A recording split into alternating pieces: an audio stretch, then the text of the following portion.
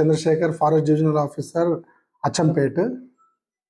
ఈరోజు మనకి ప్రెస్ కాన్ఫరెన్స్కి మూల కారణం ఏంటంటే ఒక 2 ఇష్యూస్ మనము పత్రికా మిత్రులకు చెప్పాలనుకుంటాం. ఒకటి, ఈరోజు world tiger day, global tiger day సందర్భంగా మనము అమరావతి టైగర్ రిజర్వ్ పరిధిలో అచ్చంపేట, అమరావతి 2 డివిజన్ పరిధిలో పొద్దున బైక్ ర్యాలీ చేయడం జరిగింది. మళ్ళీ అదేవిధంగా నిన్న మొన్న కొన్ని స్కూల్స్లలో, హై స్కూల్స్లలో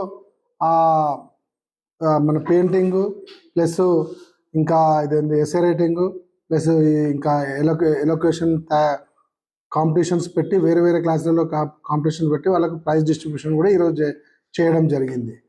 అదేవిధంగా మా డిపార్ట్మెంట్ నుంచి, మన ఫారెస్ట్ డిపార్ట్మెంట్ నుంచి గ్లోబల్ టైగర్ డే సందర్భంగా నేషనల్, మన ఇప్పుడు ఢిల్లీలో జరుగుతున్న గ్లోబల్ టైగర్ డే వాటిలలో మన ముగ్గురు బీట్ ఆఫీసర్లకు అవార్డ్స్ వచ్చినాయి. వాళ్ళు కూడా వెళ్ళి అక్కడ తీసుకోవడం జరిగింది.